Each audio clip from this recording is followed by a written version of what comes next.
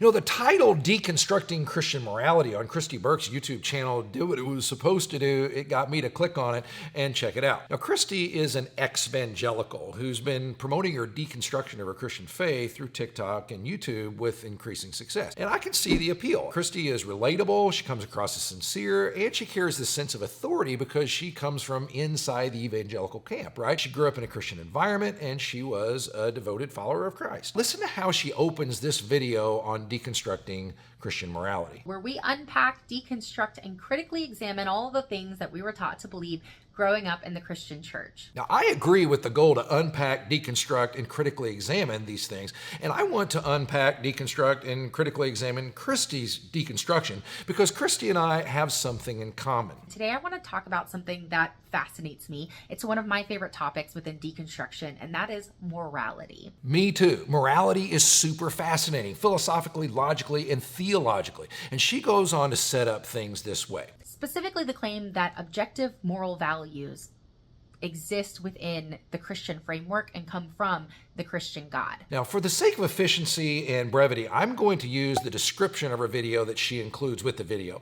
She breaks down her arguments into 3 questions, and I'll use that same outline in my response. First of all, 1, can Christians make a case for objective moral values? Number 2, if objective moral values exist, do they come from the Christian God? And number 3, is Christian morality genuine ethics or blind obedience? Now, all of these are great and fair questions. Now, in question 1, which is, can Christians make a case for objective moral values? She doesn't elaborate too much. She says she's going to go deeper in the future with other videos, but she does say this. I used to believe myself that if God does not exist, then objective moral values cannot exist. Now here she admits she used to believe in objective moral values. And the very fact that she asked the question, can Christians make a case for objective moral values, seems to indicate that she's not on the side of the existence of objective moral values. So even though the substance of her video is around questions 2 and 3, answering question number 1 is vital to the entire problem. So let's look at this. My answer to the question would be a resounding yes. Christians can make the case for objective values.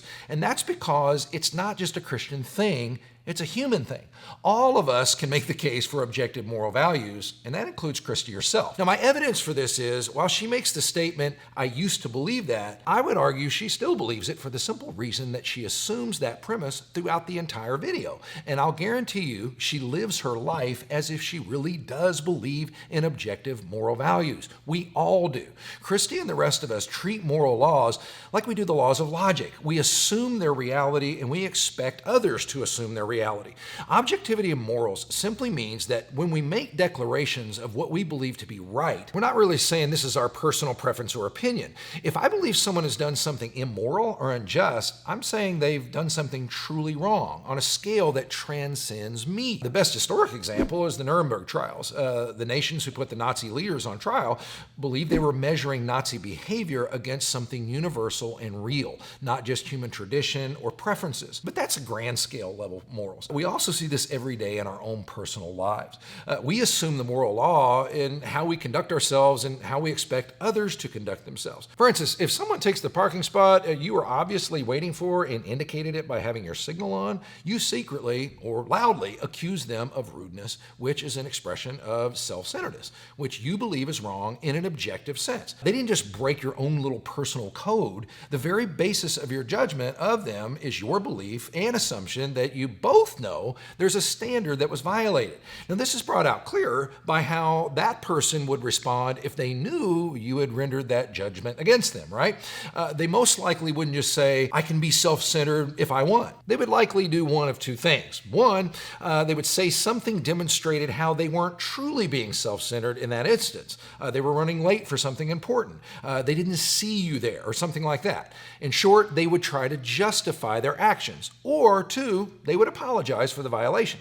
Now, this kind of thinking shows our basic and unavoidable perception that we think of morals as objective standards. And I would argue it's unavoidable. It's how morals function. Now, this is important to understand as Kristi progresses through her argument against the Christian God in answer to question number 2. She indicts him for violating moral codes, like not mentioning rape in the 10 Commandments. She says this with the obvious conviction that rape, in her view, is objectively and universally wrong. And in some transcendent transcendent sense beyond her preferences, and she expects all of us to agree, and of course we do. She does this because it's unavoidable, and the fact that I or you or she cannot help talking about morals as if they are objective is a very strong evidence that they are objective. If they weren't, anyone at all could logically say, I reject your moral code altogether. We don't allow that. We don't live like that. Go through her video and listen for how many times she assumes the objectivity of morals. Now, the second question I have a little more sympathy with. If objective moral values exist, do they come from the Christian God? Now, her case that they don't exist is that the God of the Bible seems to violate his own rules. He orders killing, he seems to approve of slavery, and I can't deny that God does some disturbing stuff in the Bible. But is it possible that God could do some disturbing stuff and still be the objective moral standard Christians claim him to be? I think it's possible. Let's do a thought experiment. Let's set aside the Bible as it's presented to us for a minute and think in terms of larger principles. Now, suppose there was a personal being who was all-powerful, all-knowing, perfectly good and just, and whose character was the resident source of objective morals, and that being was going to judge every single person absolutely impartially and give everyone exactly what they deserve, whether good or bad. Now, I know that's the presentation the Bible makes, but let's make it more abstract, just for the sake of argument. In that case, would it be possible for that being to take an action based on his justice and knowledge that we would deem unjust? I think the answer is yes. There's a great documentary out I'd recommend. It's called We Need to Talk About Cosby. It's a very well done breakdown of Bill Cosby's life and crimes. Now, this is relevant because the entire point of the documentary is that Bill Cosby, in his public presentation and how we all interpreted him, came off as the exact opposite of what he was accused of being by a lot of women. Bill Cosby was a brilliant stand-up comedian, he was a civil rights activist, he was a Saturday morning cartoon producer who gave us Fat Albert, and he was even called America's dad when he played Dr. Huxtable on The Cosby Show. He was the package of a good guy. Now, this was acknowledged by 99.9% of the whole world. Now imagine if we were all standing in front of this perfect moral judge before the revelations happened. Okay, and we collectively said, hey, perfect judge, give Bill Cosby what he deserves. Then the next thing we all watch is this being like melts his face off or something. We would immediately accuse that being of being unjust because we would be passing judgment based on our limited knowledge. We declared Cosby good, but someone with perfect knowledge didn't. Life itself proves over and over and over again that our assessments of goodness versus wickedness is at best distorted and partial. That's why we have a court system that functions like it does. We're trying to offset and mitigate against our own limits. But even with that, we know we still condemn the innocent and acquit the guilty. Now, what's the point? Throughout the Bible, God is presented as a completely just judge who will judge each person according to what they've done. And when you think about it, we want that. Our sense of objective justice depends on it.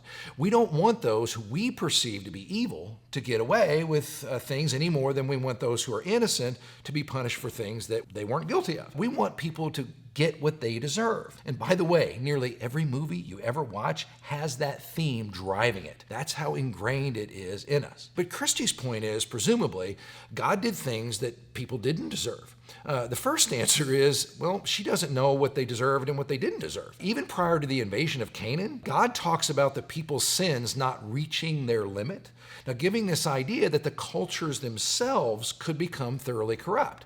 In his mind, in this case, the evil had built up over centuries. Now, it's relevant that most of this world to this day deem Nazi Germany to be thoroughly corrupt, and that only took 12 years. Now, the point is, conceptually, it's not a break with logic or justice to think that a totally objective, just being could do things we may find unjust, but weren't, because we're limited in our knowledge and our sense of justice. Now, what about question number 3? She says, is Christian morality genuine ethics or blind obedience? I want to make the case for why I don't think that morality as defined by Christians is morality. I think that it's something entirely different. So the perspective I want you to consider today is the possibility that Christian morality is not about genuine ethics. It is not about doing what is right or wrong, but it is more centered around obedience, blind obedience to whatever God commands. Within the Christian belief, moral decisions are typically framed as unwavering obedience to the commands of God, doing whatever God says, being loyal and true and obedient to him, no matter what he commands, even if it goes against your own reason, rationality, or your own moral code. Well, first, inside this argument, there's another example of an objective standard. According to Kristi, true morality is going to be characterized by making ethical decisions from within your own sense of right and wrong. But while I don't grant that the whole point of the Christian faith is obedience in the way she describes it anyway in her video, let's grant her premise. Again, imagine our perfectly good and just judge who knows everything there is to know says to do something that seems off from your own moral code. In that case, who's right? Would I be crazy to follow that being's directives if that being was all good and all-knowing? No, I wouldn't be crazy, and we can see that biblically. In the story that Kristi uses, it's the story of Abraham's sacrifice of Isaac.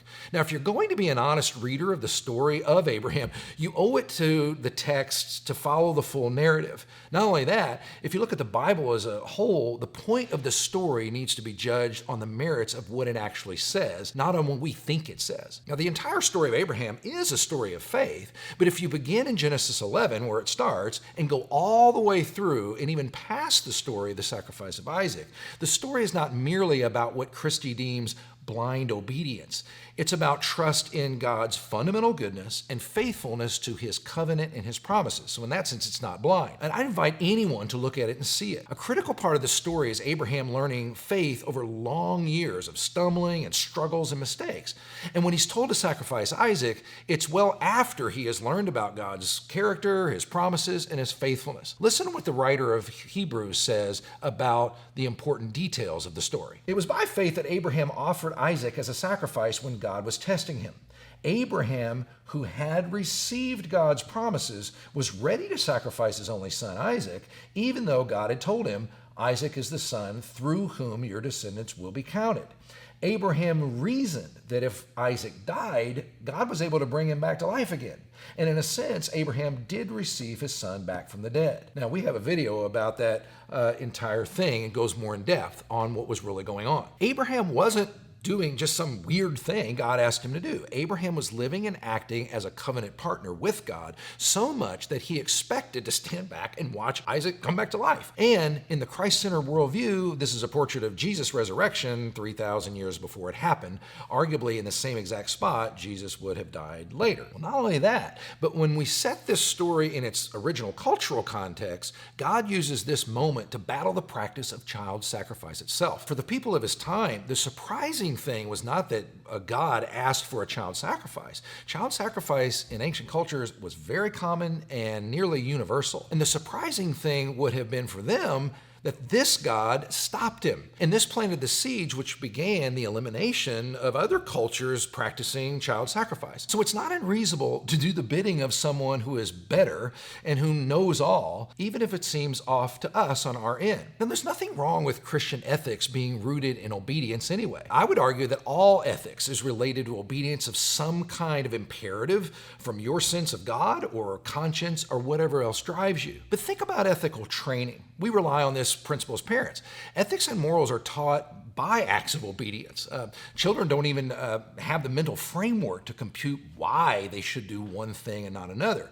Kids hit each other, they steal one another's toys. They're trained through obedience. But as they grow, their understanding deepens as to what is really going on, and their character is formed to do ethical things more naturally. And if you follow the basic arc of the entire Bible, there's no question that ethical demands begin as mere acts of obedience, but shape us into those who obey in life and in character. Think of the twin roles of the written word and the power of the presence of the Holy Spirit. It's ethical demand coupled with relational motivation.